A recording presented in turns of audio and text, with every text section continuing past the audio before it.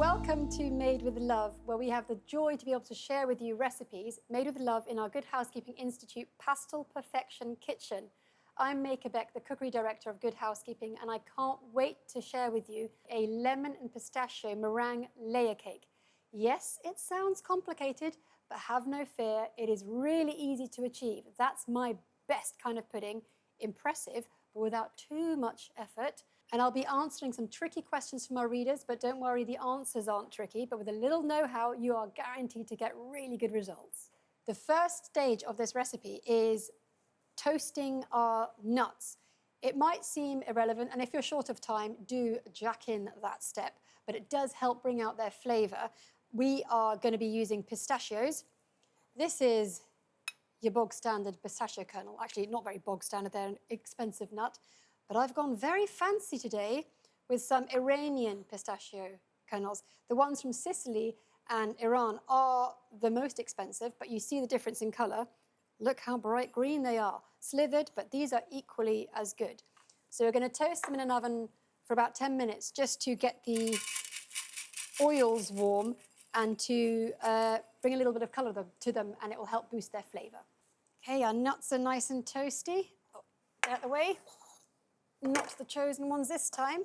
Put you there. Whew. Lovely matching. I need the whizzer. There we go. The GHI, who do all our incredible testing here. This is the Magi Mix. It scored a whopping 92 out of 100. It's the one I've got at home, and it's the one our cookery team use for all our recipe developing. It's fabulous. We're going to be using you. Oh, I'm going backwards. There we go. To develop this recipe. In go our fancy nuts and a tablespoon of caster sugar. We add the caster sugar to stop the nuts releasing their oil. We're going to whiz just until it's as finely chopped as we can get it without it getting greasy, because you'll learn later why grease and meringues are not good friends, but we want their flavour.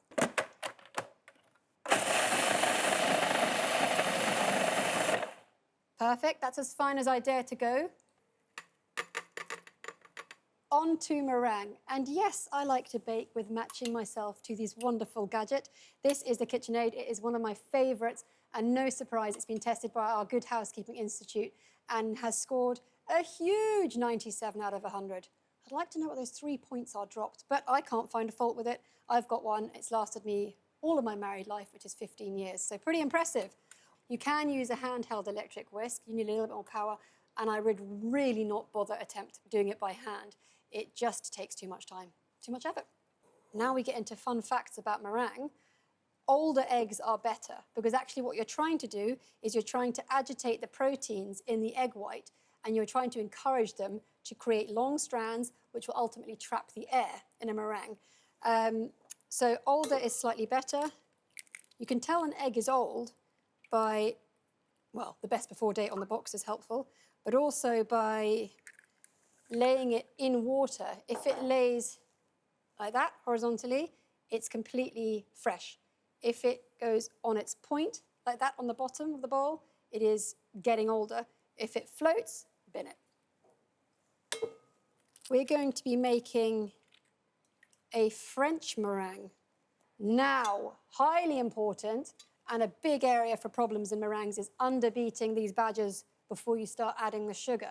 We want to start slowly to encourage the proteins to start getting fluffy. If you go too fast, too quickly, you are likely to come a cropper. So go slowly till they're fluffy, then whack up whack up the speed, and go until they hold stiff peaks. At that stage, I'll see you again for the sugar adding.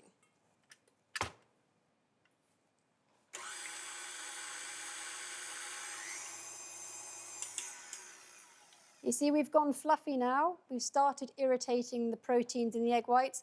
Now we can whack up the speed and go till they're really, really stiff.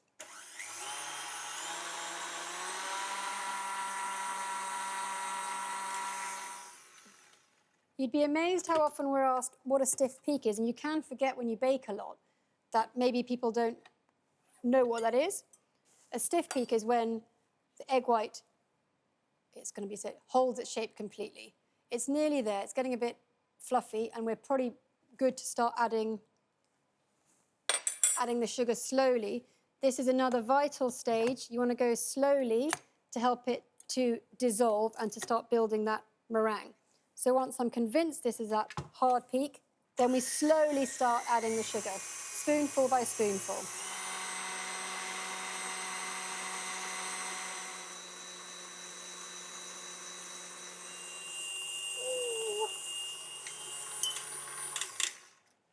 Right, we have got glossy meringue. See how stiff? Add it painfully slowly, but it is worth it. We had a lovely question from a Grace on Instagram who actually asked, help, my meringue's gone too liquidy once I've added all the sugar. And this is one of the things you do see a lot of things online about. You can rescue it by slowly beating in another egg white. It doesn't really work. I think you've got to put the kettle on, have a long, hard look at yourself, and realize you've probably started adding the sugar way before the egg whites were ready. There is sadly no real fix for it. I've tried baking it off. I start working really quickly to cover my mistake, but you never get a good meringue out of it. Just accept it's gone wrong, start again, I'm afraid, and go slowly. It's boring, but you get this fabulous end result. And we're on to the adding of our whizzed pistachios. Fat is not a friend to meringue, nor is alcohol, and nor are many things, to be honest. So you want to work fairly quickly to incorporate them without knocking out the air. We've created a lovely mesh of micro bubbles, so we'll sprinkle and fold. Oh, good Lord, I have forgotten to add my vinegar. Right, no big shakes. White wine vinegar, beautifully measured for me here, which is not in my meringue where it should be. The function of vinegar, once you've fluffed up and incorporated your sugar, is to create a softer end pavlova. Mine's forgotten. It's going to be slightly firmer, but it won't change the flavour. So if you've forgotten yours too, pour it back in the bottle. Don't put it in at this stage, okay? We all make mistakes. It's how you roll with them that matters. It'll stay there, taunting me. But I'm back to my nice pistachios and my fluffy white meringue, so I'm going to get over it quite quickly, okay? Before I make another fatal error, the vanilla can go in now. It just helps to boost the flavour of the pistachios as well. Slow, gentle folds, rather than rampant stirring. So now meringue is ready to go. Vinegar never made it in. Sorry, matey. Clean this down. We've got just enough time to line our baking sheets with the circle templates. I've got my baking parchment lined trays and a 7-inch template, and I'm just going to whiz around that. Again, if you've got a good eye, no need to do this. It just helps create a more even end result. Flip over your baking parchment so the ink is underneath, or lead in this case. So I'm just going to make my future washing up self hate me by sticking the corners down with a bit of meringue, but it's much easier for neat shaping. And now by eye, we just want to dollop on the mixture in 4 even piles and spread to lovely flat discs. We got a question actually from Rachel on Instagram saying, help, my pavlovas always seem to have trapped air bubbles inside. There are 2 things that could be causing that. One is you could be folding air in at the stage where I've incorporated nuts, or you're a little bit overzealous with kind of moving it between bowls. The second is in the shaping, where if you're trying to spread it initially, it's trapping the air bubbles. It's a really rigid mousse, really. So try and dollop it in the middle and then squash it flat. You're less likely to get those bubbles in. So now try and make life fair.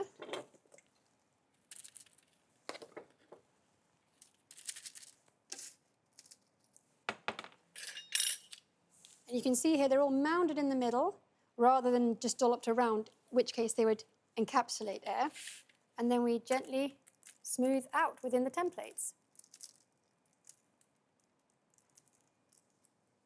So they go into a relatively warm oven, 160, 140, a little bit of initial heat for about 30 minutes until they're golden brown. And then if you're worried about cracks, leave them in there to cool with a door ajar. If you're not, and I'm not today, we can just take them out and let them cool at room temperature.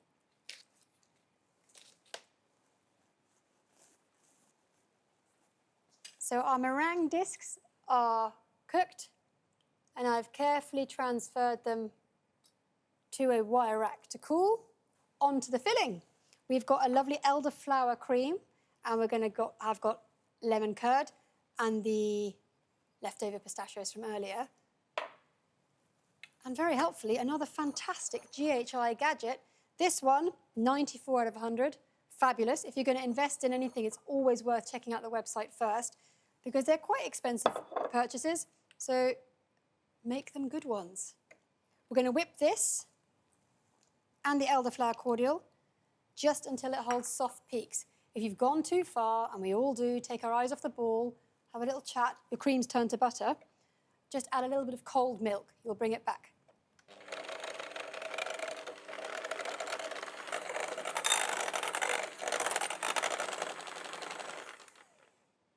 Ah, gorgeous. Just holding its shape. The fresher and colder the cream is, the longer it takes to whisk up. If it's room temperature, it'll go much quicker. So always kind of see how it's handling rather than going by previous experience. Onto our lemon curd, or lime curd if you fancy. We just want to give it a whisk to make it more liquid, so we can drizzle it onto our meringue. The gorgeous serving platter, that'll be bedecked soon with our meringue.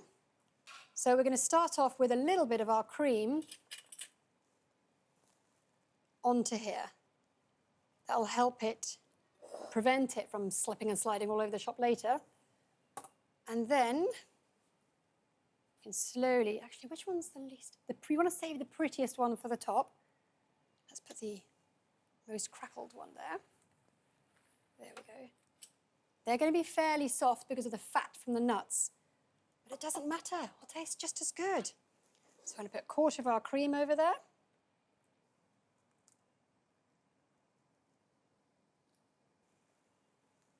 And try and employ a bit of planning for the future and how it looks.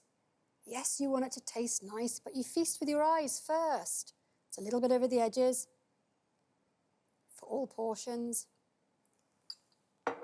A few of our nuts. The joy of buying slivered pistachios is I'm not going to bother chop them. Pre-done. A few of those on there. And then you carry on the layering 3 more times until you've got a tower.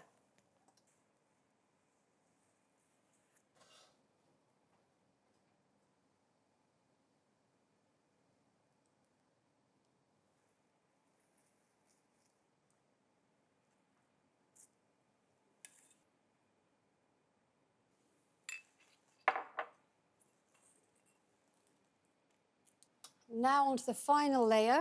If you're going to spend a bit more time on this one, now it's worth it. No one can see those bottom ones, like I promised you. Final layer of cream.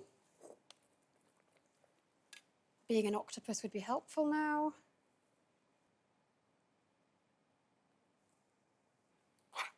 Final drizzling.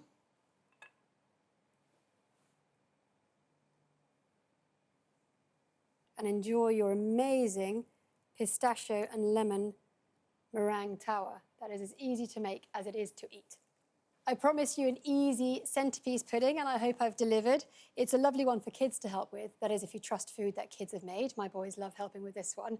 It is a real centerpiece for the end of the meal, and you can probably assemble it maybe an hour before. It will soften down the meringue, but it doesn't take long, as you saw, and it's absolutely delicious. I can't wait to tuck in. And if you're tempted to try this pistachio and lemon meringue stack, you can find it on the Good Housekeeping website. Lucky me, it's time to try for the obligatory eating at the end of a video shot. And I'm having that internal monologue I have every time I serve up a pavlova of what implement to use to serve said pavlova. Spoon, serving slice. I'm going to go with knife today. Let's see. Oh, I can hear the crunch ooze of marshmallow.